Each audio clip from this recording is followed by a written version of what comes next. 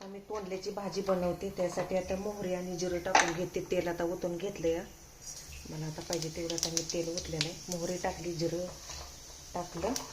तर आता पिकलेल्या मिरच्या टाकते, कांदा टाकून घेते. तर मिरच्या चांगल्या भाजून घेतल्या, कांदा पण चांगला फ्राय करून घेतला. आता तोंडली आता चांगली मी धुवून घेतली ती मस्तपैकी आता पाण्यात.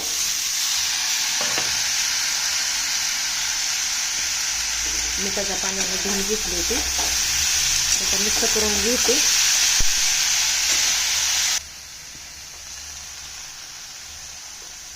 तर हळद पण टाकून आता मिक्स करून घेते. आता ओलं खोबरं आता मला टाकायचं आहे. आता चांगलं आपलं आता मिक्स झालं आहे. आता तर ओलं खोबरं मी मिक्सरमधनं बारीक करून घेतलेलं आहे. तर शेंगदाण्याचं कूट बीट काय टाकायची गरज नाही.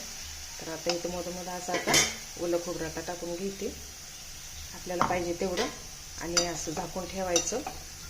आणि टोपणानं पण असं झाकून ठेवायचं आणि बिना पाण्याचं असे शिजून द्यायचे.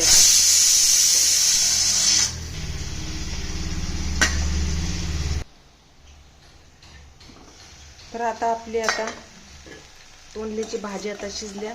आणि मी खोबरं ओलं इथं मधोमधी केलं, शिजाय घातलं होतं, ती पण आता शिजले. तर आता सगळं आता मिक्स करून घेते आता. म्हणजे भाजी पण आपली चांगली शिजल्या म्हणजे मिक्स होऊन जातं. शेंगदाण्याचं खूप काही टाकायची गरज नाही. आणि खूप छान अशी भाजी लागते मस्तच. आणि झटकीपट पण होऊन जाते. तुम्ही अशी एकदा ट्राय करून बघा. ओल्या खोबऱ्याची तोंडल्याची भाजी बनवून बघा. कांदा टाकलाय, मिरची टाकलेली पिकलेली आणि ओलं खोबरं टाकले. झटकीपट होऊन जाते मस्तपैकी. तर आवडले असेल तर लाईक, शेअर आणि सबस्क्राईब पण करा. तर असंच नवीन नवीन भाज्या पाहण्यासाठी पण सर्वांनी चॅनलला सबस्क्राईब करा. म्हणजे तुम्हाला रोज अशा भाज्या पाहता येतील. तर चला तर मग बाय. आता मी दुसरी पण भाजी बनवून घेते आता पटदिसना. सकाळ सकाळची सुरुवात आहे. तर दिसायला पण किती छान अशी भाजी दिसते. आणि तोंडली पण अशी कवळी कवळी येते मस्तपैकी.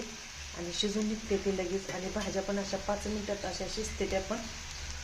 सकाळ सकाळची आपल्याला गडबड असली म्हणजे होऊन जाते त्या भाज्या. आणि पिकलेल्या मिरच्याचा पण खूप छान असा स्वाद येतो. चटणी काय टाकायची गरज नसते आपल्याला.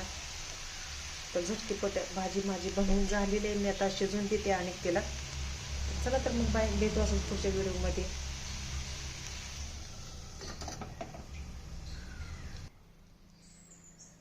बाहेरचं वातावरण बघा किती छान असं झालेलं आहे मस्तपैकी. सकाळ सकाळची सुरुवात. ऊन थोडं थोडं पडायला लागले इकडं. जिकडं बघेल तिकडे हिरवगार.